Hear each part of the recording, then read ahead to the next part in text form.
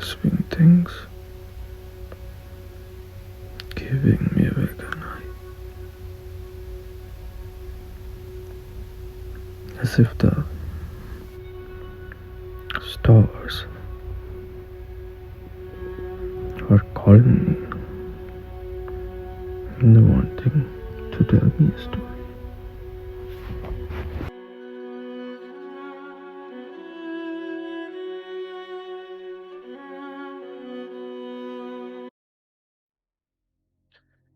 So my most awaited guest is here.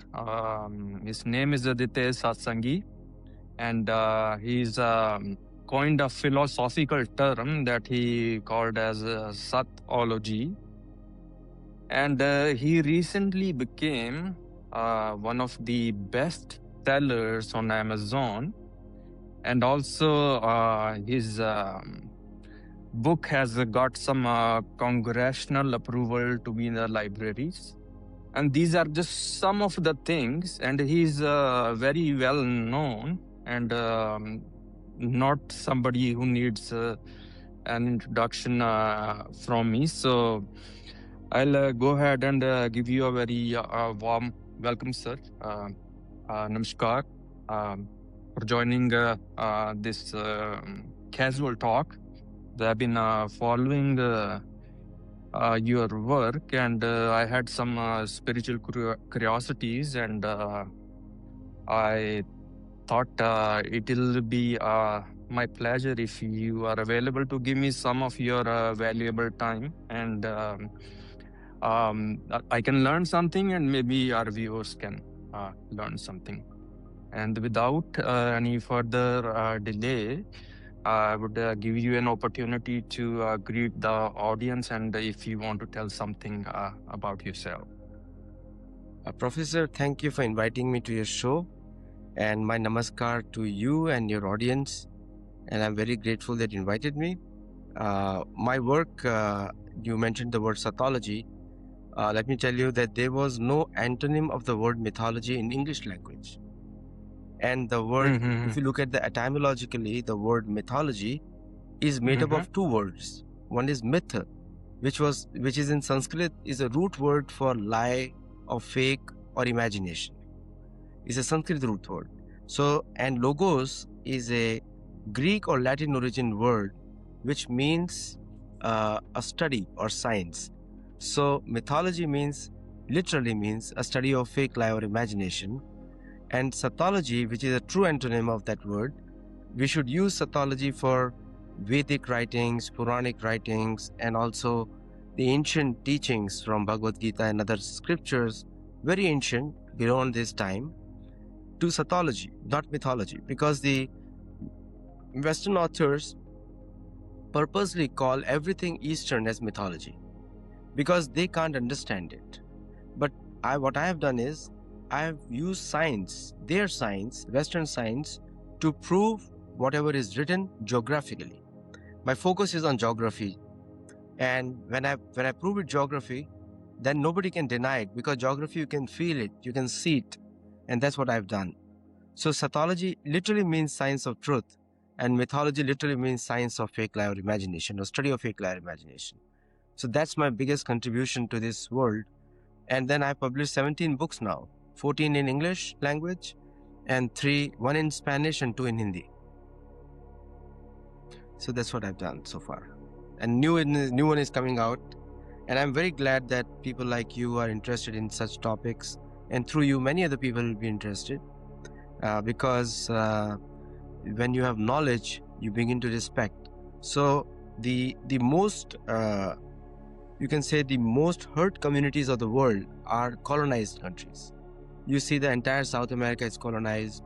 You can see North America also, what happened to Native Americans, what happened to the indigenous people of Pacific Ocean countries, Aborigines of Australia, Maori of New Zealand, and the native indigenous communities of South America. All were destroyed by this word mythology. Fake knowledge, destroying their cultures. And now when people go there and say, oh wow, what a great pyramid, but then they try to find out that how were they built. So logically it proves that the cultures that invaded were more advanced than theirs, but they are controlling the money. See, if you look at the tourism in South America or in USA also, always goes to the ancient places. Those are the places making money. So still the old artifacts are making money for these countries. But where are those cultures who built those great buildings, great places? And those have been evaporated, literally wiped out. No, we don't even want to hear it. Like if you ask yourself or your friends, where are the Native Americans? They are the original people of this land. Nobody will tell you. Even Native Americans will hide because they are scared. They are scared of being persecuted by somebody. So I want to, through my work, I want to highlight their religion, their ancient cultures, their actual scientific practices by which all of us are impressed. I mean, in today's world, we can't build a pyramid like an Egyptian one, or in Mexico, the great pyramids are there. We can't build it. We don't have the money or the technology to build it. So that's what I do, and that's what my work does. And to bring credibility to my work, I use the Purana, ancient books of India in Sanskrit, and that Mahabharata and Ramayana I use to prove geographically how the world is entirely interconnected. I have the answers. Archaeologists can only find out the age of an object, but they can't tell you a story.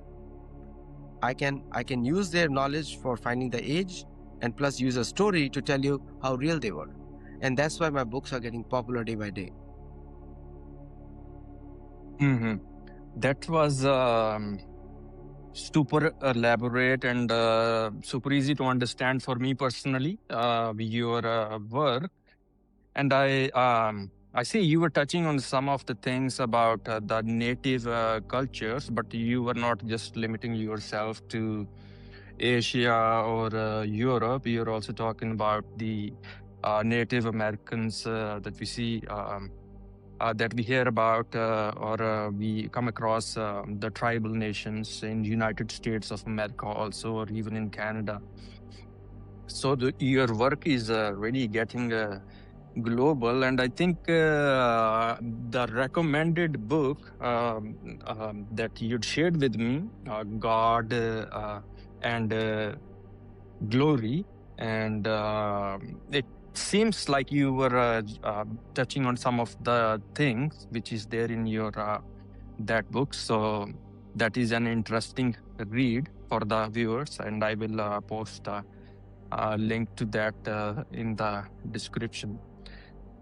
So, and for today's topic for our chit chat, I wanted to, I was motivated to name it as Ādi Guru, and these 7 sages. So, I am born into the Sikh tradition. So, for us, the most important is always the Guru. It is there in our Mool Mantra of Guru Nanak Sahib. And also, there is a Gurbani recited by various Sikhs and non-Sikhs all over the world. It's called Sukhmani Sahib by Guru Arjan Dev Ji Maharaj. Yes. And that also starts with Ādi Guru Name, Jugadi Guru Namhe. So for me, that always hit home. But due to my travels, I have been, lucky to be flexible, to be welcoming of other cultures, and learn how other people view things. So there are many examples that led me to this topic, but I'll only share one more to respect your time. It was a Tamil Siddha, and I asked him, Master, what is the most important word in all of the Eastern spiritual philosophy? And his answer was readily Guru. And then if you see in Guru Granth Sahib, many people believe that Guru Maharaj brought authors from distinct cultures, but there is a different lens to it, that all the authors, the masters that are sitting in the Guru Granth Sahib, their method is of Naam through the Guru. The East is Guru, the Ādi Guru for the Bhagat Kabir ji, for Guru Nanak Dev ji Maharaj. I can go Bhagat Nam Dev ji. So I have had enough convincing to, if I'm going to invite somebody as knowledgeable as you, this from my motivation seemed like the best topic, and I'm really thankful you accepted it. So can you tell us something, where are the references, or you can you don't have to use references, you are free to tell me in any way you like about who is the Ādi Guru for ancient Indian spiritual philosophy, which is your focus of study for the scriptures. And you're free to go jump into any other cultures as well if something rings in the memory which is relatable. So no hard rules like that. And so with that, I'll hand over the mic to you. Thank you, Professor, for putting such eloquently. Let me, you mentioned about Vaheguru, and Vaheguru is one.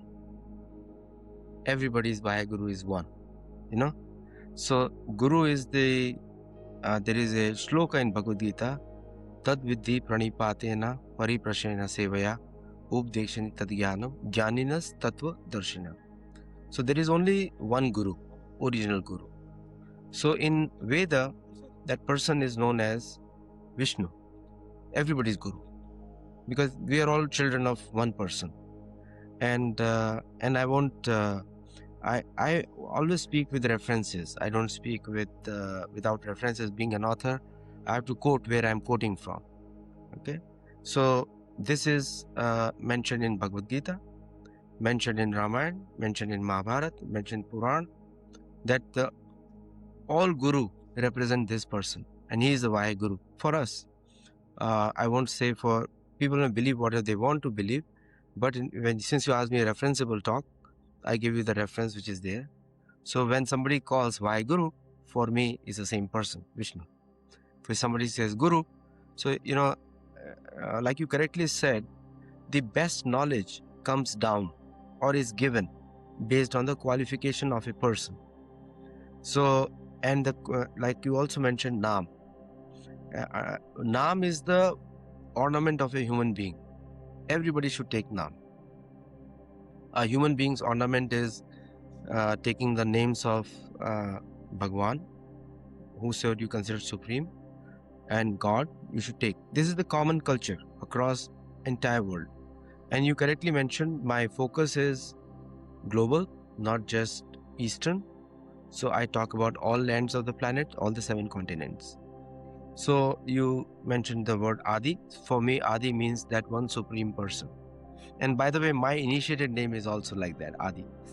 So that's why I asked you a question when you said Ādi. So then I said, oh, he's asking my name. And so that's my Dikshit name also. So coming back to the question about the 7 sages. And it's from my book, The Original Atlas. And like I said, being an author, I always make qualified referenceable points. I don't make, because this is the knowledge we have received, but we could not translate.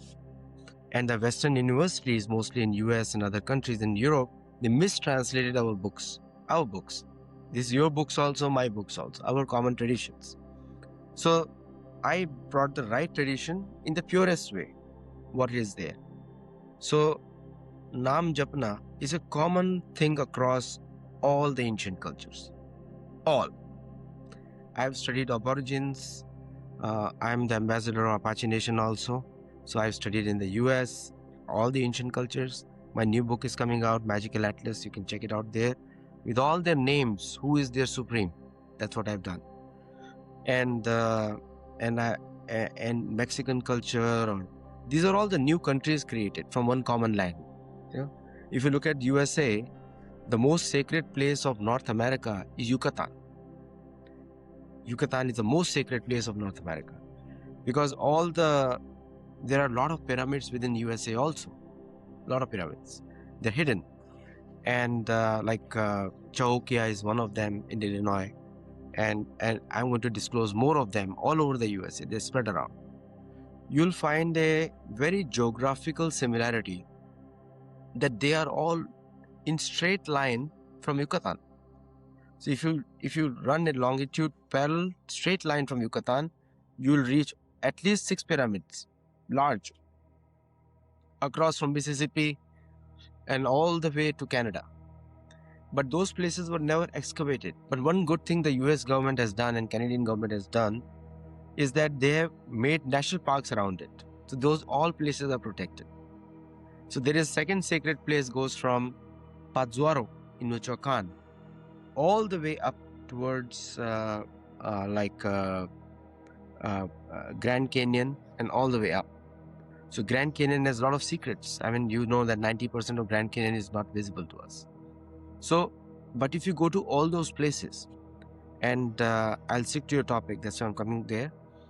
So in all those places, you see one thing with your naked eyes in the sky, and that is the pole star. And you see second one, Abhijit. I will take Indian names as well as Western names. The Indian name for Abhijit is Vega. American name is Vega. Indian name is Abhijit. And the pole star Indian name is Dhruva. And the Western name is Polaris. And you'll see 7 stars around Polaris, which is called Ursa Major. Sometimes Ursa Minor. The 2 different combinations. This one Ursa Major and one is Ursa Minor. So, and these are called 7 stages. And if you see all the ancient pyramids in entire North America, South America, important temples in India, important spiritual places in Australia, New Zealand, Eastern Asia, China, Russia, are all around these stars. All the pyramids of Egypt follow these 7 stars. Okay? And these are in our culture, in Vedic culture, we also belong to the same culture. So in Vedic culture, these are sacred places. You know, all our gurus had full knowledge of these places, including Guru Nanak Dev. Full knowledge. Because these were sacred for them. Because when they wake up in the morning, like when I wake up in the morning or in the night, I see these 7 stars every day. Because they are the source of inspiration for me. I can see them with my naked eyes. You don't have to. And a good thing for us is that there's less pollution, so you can see them with the naked eyes. In some places you can't see them with the naked eyes. You have to use tools to see them naked eyes, or wait for the rains to happen, then you can see, because the sediment goes down. So, so this is the book I've given references. If you have any questions, then otherwise I'll start with the names and everything, so you know. I think you have shared a lot of knowledge. Definitely, there are curiosities in my mind. So, your answer based on the scripture references per the broader Bharatiya philosophy, the spiritual one, for which we have writings, that the Ādi Guru is Lord Vishnu, who is also known as the protector of the cosmos. He's everything. Everything comes from him. Yes. Okay, so being somebody who has lived at the border of 3 states, Himachal Pradesh, Jammu and Kashmir, I did have some lucky encounters with the chelas of Guru Gorakhnath. And for them, the Ādi guru is Shiva, and the 7 sages are his first disciples. They call it as Saptarishi, and then they have the names given to these in their own tradition. It's like they will suffix the name with the certain words that they use in their Goraknath philosophy.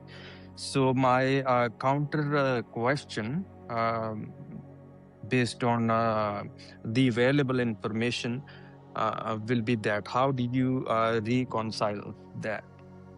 No, there is, understand one thing, there is no difference between Shiva and Vishnu. So it is said in our Shastra that the Vishnu becomes Shiva to control this world, destroy this world.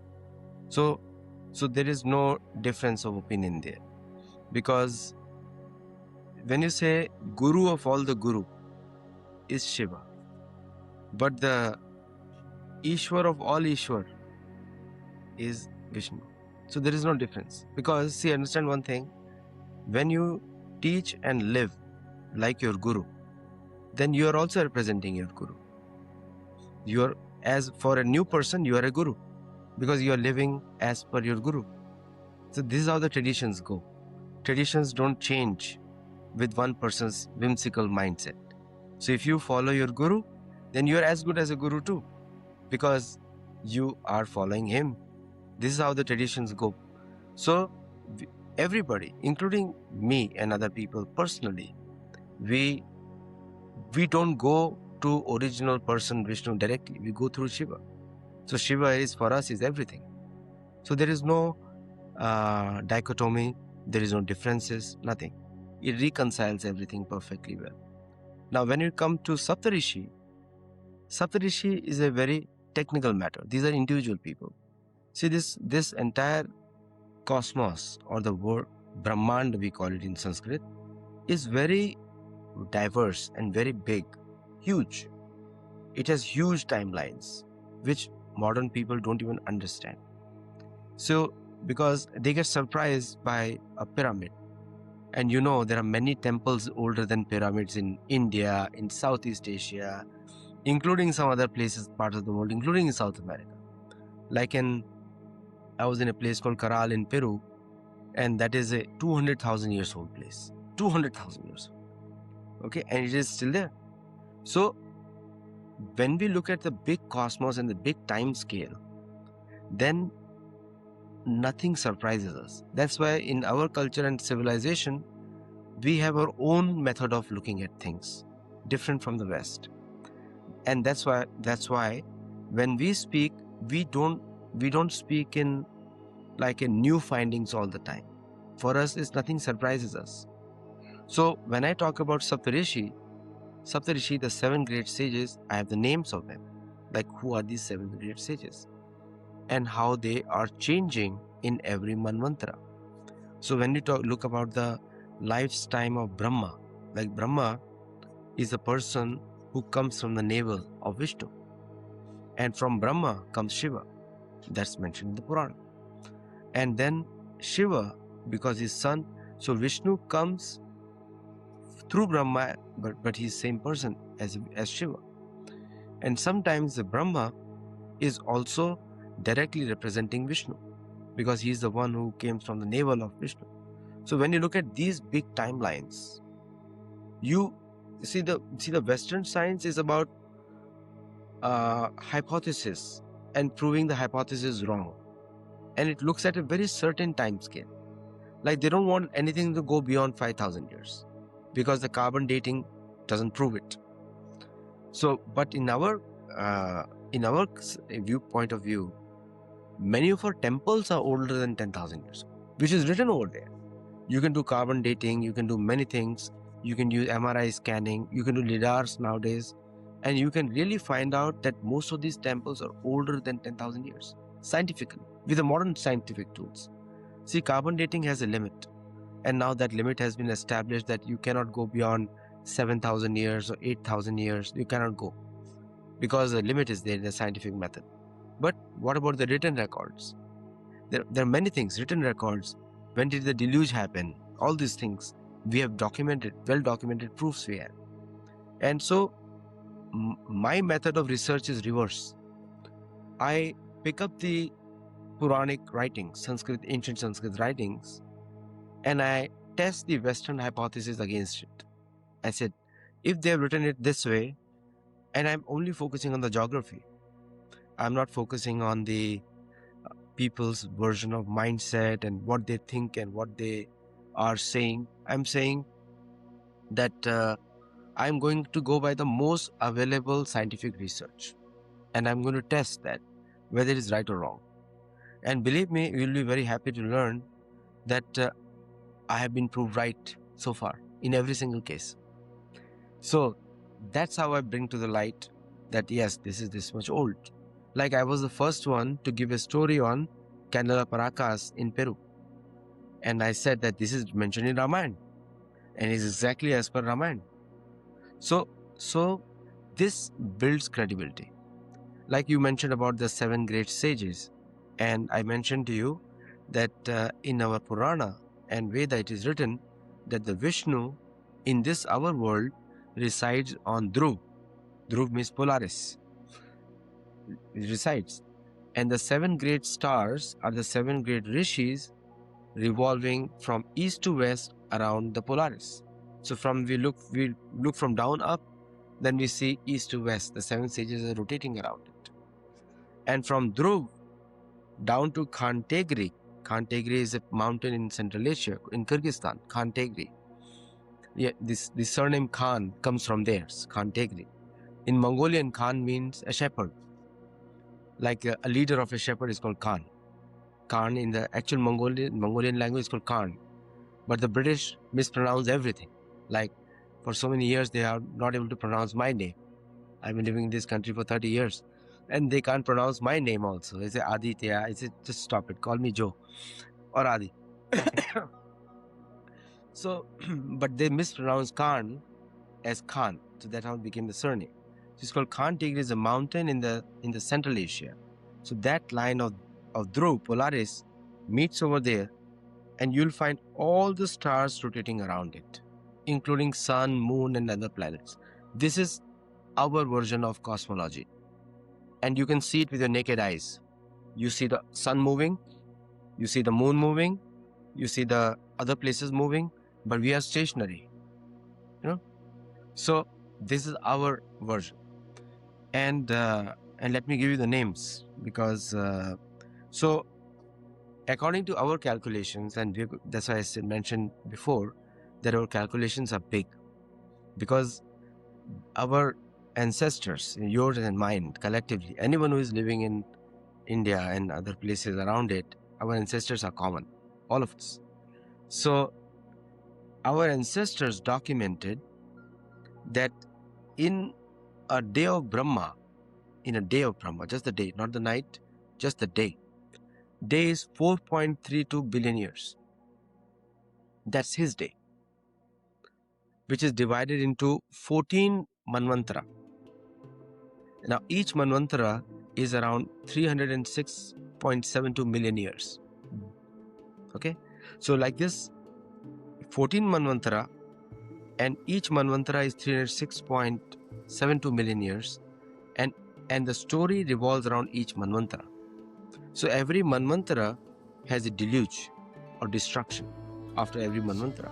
Big time frame. So every 306.72 million years, there is a big devastation happens. And it happens 14 times in a day of Brahma. And so everyone changes, because these are all positions. Like Dhruva is a position, 7 sages are the position. They keep changing every Manvantara. Every 306 million years, they change. Like for example, our cosmology, and I think this paper I submitted around 3 weeks ago, and this book is in the Library of Congress as well. People can check it out.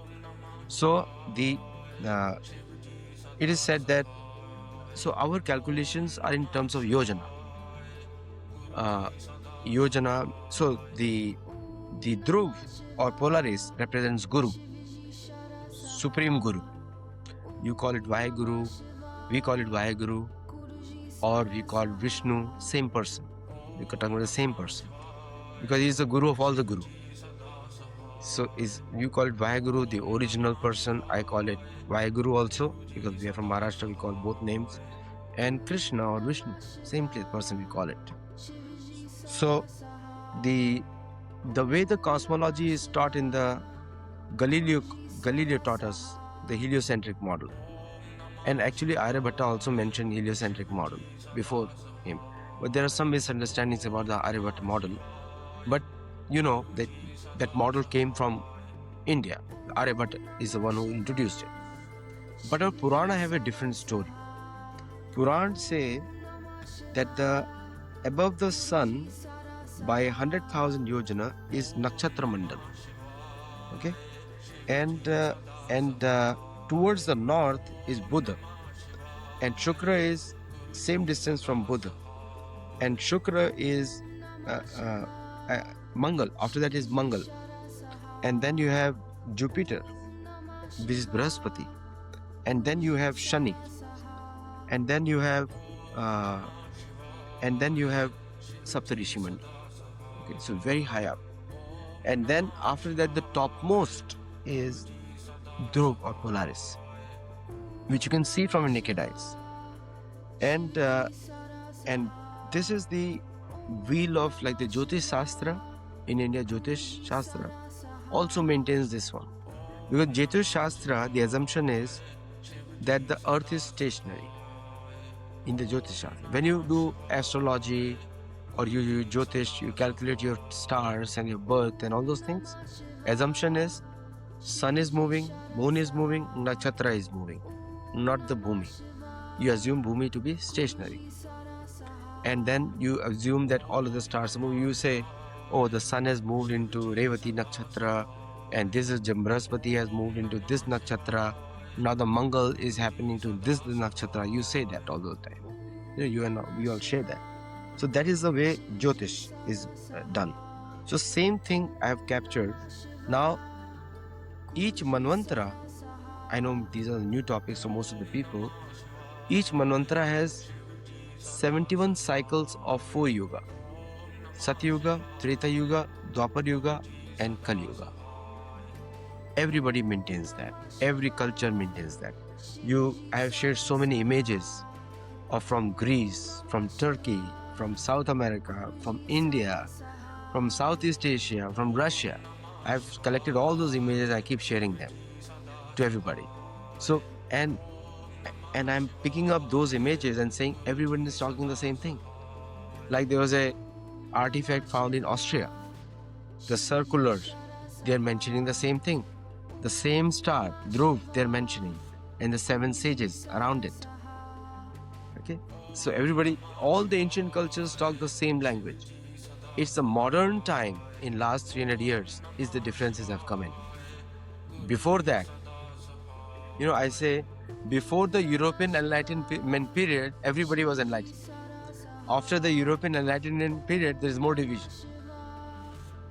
Okay? Before people are not fighting over faith, people are not fighting over religion, nothing. Before the European Enlightenment period. I would say the last 1,000 years have been the toughest for humanity. Toughest. Because all the divisions happened in the last 1,000 years. Before that, there were no such divisions. Because people are worshipping the same thing. If you have any questions, you can stop me. Otherwise, I'll say the names. If you have any questions. No, definitely. I'll ask some follow-ups, but please go. Do share the names. We're still under time. Yes. So the seven sages are, like, for example, the 14 Manvantara are Swayambhuva. The first one is a Manu. Second is Swarocisha. Third is Uttama. Fourth is Tamasa. Fifth is Raivata. Sixth is Chakshusha. Seventh is Shraddha, which is also known as Vaivasva. In fact, Bhagavad Gita, there is a slok comes in 4th chapter. It says, Imam Vivasate Yogam Proktavanam Avyayam Vivaswan Manve Praha Manu Ikshwaku Abravit. 4th chapter, 1st shloka. So Krishna also mentions that. So he's also using this chronology we are talking about. So, and then the 8th is Savarni, 9th is Daksha Savarni, 10th is Dharma Savarni, and Brahma Savarni, 11th is Dharma Savarni, 12th is Rudra Savarni, 13th is Dev Savarni, and the 14th is Indra Savarni. These are the people who are the 14 Manu from this period. Okay? And I'll quote you, because I said I'm an author, so I'm going to quote you everything. I have to quote you. I will not just mention, say, oh, I said it. No. So there is a shloka in Bhagavad Puran also, and these many places, not just one Puran, because the 18 Purana, the amount of writings we have in Sanskrit are so big.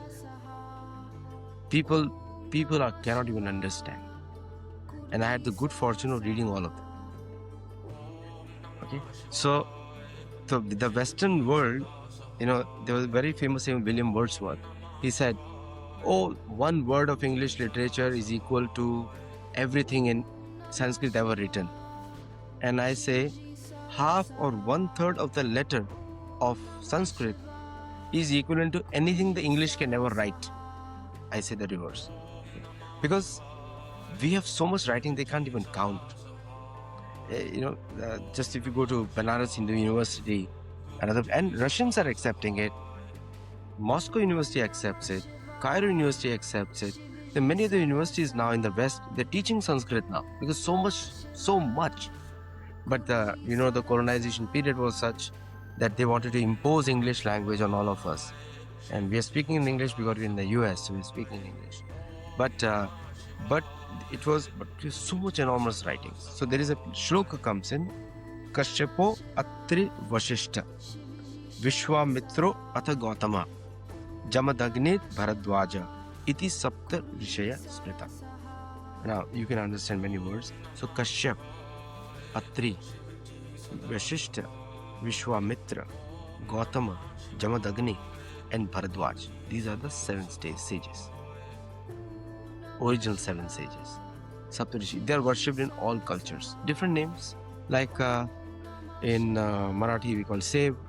In Hindi they call Seb. In English they call apple. In Japan they call Ninjuk. All the same. Means the same thing. So same way, same people having different names in different languages, but these are the original Sanskrit names of them. Original. These are Sanskrit names. And the center is Dhruva. And they keep changing. Every Manvantara, there is a different sage on those planets. Now their names I can tell you also. What were in the past and what is in the present.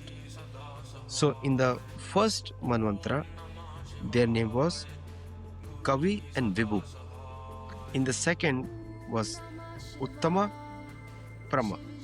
Third was Prameshwar, Ikuta.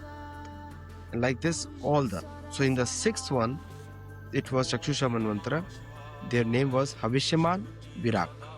In the 7th one, we have Kashyap, Atri, Vashisha, Jamdagni, Bharadwaj, Vishwamitra, Gautam. In the 8th one, I have future names also, by the way. Not just past. The people who are going to come on those positions are Galav and Parshuram in the 8th Manvantara. Then your 9th one, you have Dutiman. 10th one, I have Havishman. 11th one, Arun. 12th is Tapamurti. 13th is Nirmoka. And 14th is Agni and Bahu. That's how accurate it is. Not just past, present, and also future. Who is going to be? So there is a lot more to be learned. Like how people say, how do we have faith in maybe mythology? This is mythology. See, if you can't understand, you can't deny it. Maybe you will understand more. But denying is not a good thing. So my work is to people who deny, I give them proof. And I say, where is it in your books is written? Let me see that. There is no other record. So if there is no record, accept mine. If you have a record, then I'll see. Mhm. No, I like your approach because it is, we can consider the luck of the civilization that there are some written proofs available that we can make references to. And also, it gives us the tool to continue writing and continue looking ahead. So, you shared a lot of knowledge, and I really am a fan of when people quote the scripture so that I can uh, dive deeper myself when I have free time. Or many people on the internet these days, everybody is connected and everybody is interested in knowledge. So would you say the Egyptians call the Saptarishis as Orion? So, good question. You asked me that question before also. Orion in our Shastra is known as Vyagh. Vyagh is the name of Shiva. Okay? And the Shiva is in the sky with an arrow. And the tip of that arrow is another Rishi, which is an arrow. In English, we call it Sirius. Sirius. Sirius. That's the tip of the Orion constellation. Okay? And that tip is called a great sage, which is a devotee of Shiva. That is called, I forgot his name, but that is the tip is called. So you can see Shiva through the constellation in the sky also, Ādi Yogi. So when you like all other sky watching is my favorite hobby, by the way. Other people like to go to dance clubs and nightclubs. I am star watcher. That's my favorite hobby. So the best view in my experience I had was in Grand Canyon. And I saw the Orion almost like touching the horizon, like almost like as if like it's in my head. And that's Orion. Orion in Sanskrit, in our language, it refers to Vyagh. Now tell you which common cultures call him that Vyagh. Vyagh means Shiva, not hunter. So if you go to in South America, there is a tribe on the Chilean, Argentinian and Bolivian border called Mapuche. A tribe which is disconnected from all of us, like we don't know. And you know what they chant, the mantra? Nobody told them. Nobody went from India. Nobody came from anywhere else. Original, their prayer is disconnected from the whole world. In fact, church had done so much persecution on them, but still they are doing the original culture. So I see all the ancient cultures are commonly connected. And where do they got the inspiration from? Orion. Because Shivji is always busy. He's the one who is spreading it. So that's what I'm saying, that in unknown parts, like in pyramids, like if you look at the Giza pyramids, the river Nile goes from all the way from Egypt to Tanzania, Mount Kilimanjaro. All the way from Mount Kilimanjaro, it travels towards north, towards the ocean. Okay, passes literally half of Africa, one of the longest rivers on the planet. But in between, it crosses through South Sudan, crosses through North Sudan, and you'll find some of the most original pyramids or I call them temples connected through Orion. How did that happen? In India also we do the same thing. In India also, entire India, there are many temples around Orion. All the Shivling, all the major Shiva temples are around Orion. And Southeast Asia also around Orion. But in South America, you'll find around, in Mexico and North America, you'll find around Venus, Shukra. Venus is another subject of interest to me. Too many questions there, but this has been a super interesting conversation. I'm just enjoying the treasure of knowledge you're sharing with me. And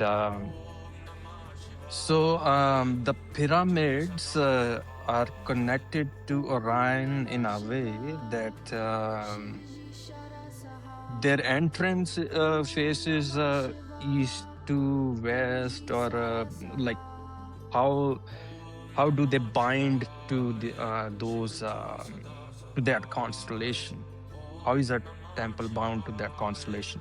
So the Orion crosses from the south of pyramids, all the pyramids. So it crosses through the south, not through the north. But if you go to 29 degrees latitude, 29 degrees latitude is pyramid, is of Giza, Yucatan, this area, and all the way to Guangzhou, China, Fujian, China, and pyramids all along the 29 degrees, all along. Wow. Hastinapur in India and Fujian in China have pyramids. So all the pyramids in one line and in one latitude. So what I think is that depending on where you are, the Orion will be on that side. So in case of pyramids of Egypt, you are saying, because pyramids are everywhere, pyramids in South America also. So in North America and South America, the pyramids are facing Shukra, Venus.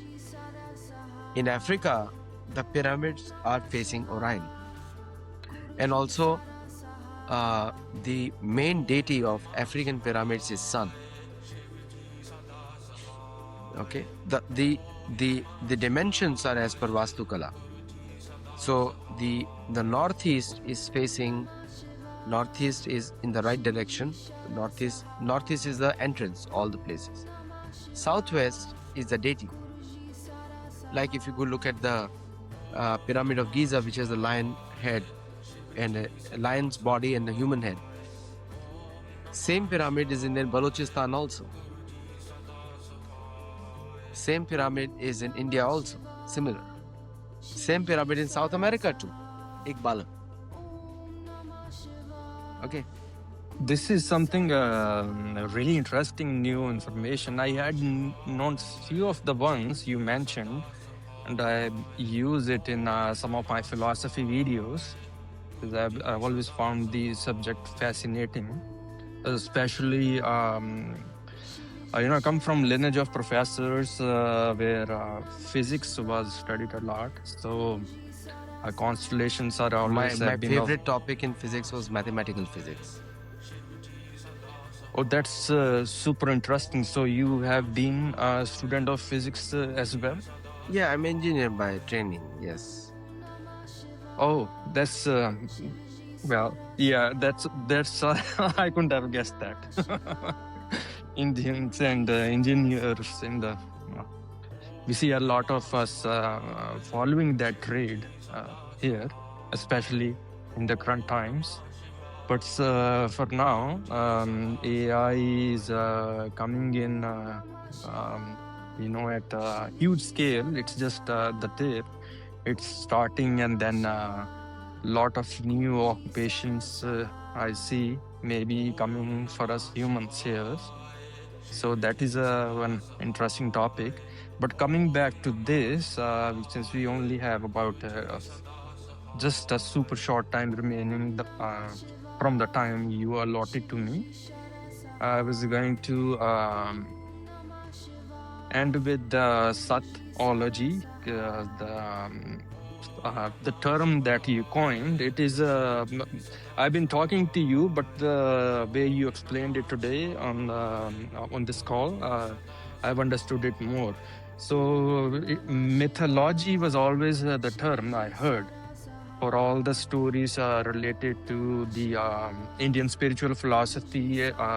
All over Wikipedia, it's the that label is always there, mythological, as you also mentioned.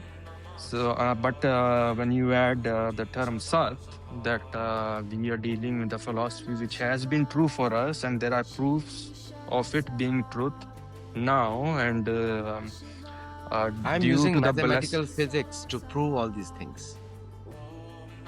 Yes, you're talking about the constellations and stars, and it is amazing how you can go through so many thoughts. Maybe you have a super calm mind that you can reduce your answer to few quality words, just flowing with knowledge. So, so that was good and made my time here on this call go like. I don't even know when we started. So, but I think there may be some follow-ups to this, because that was a lot of knowledge you shared, and especially at this time late in the evening. And I'm super thankful to you. And I hope our viewers will enjoy this conversation. Thank you, sir. Thank you for inviting me. Thank you.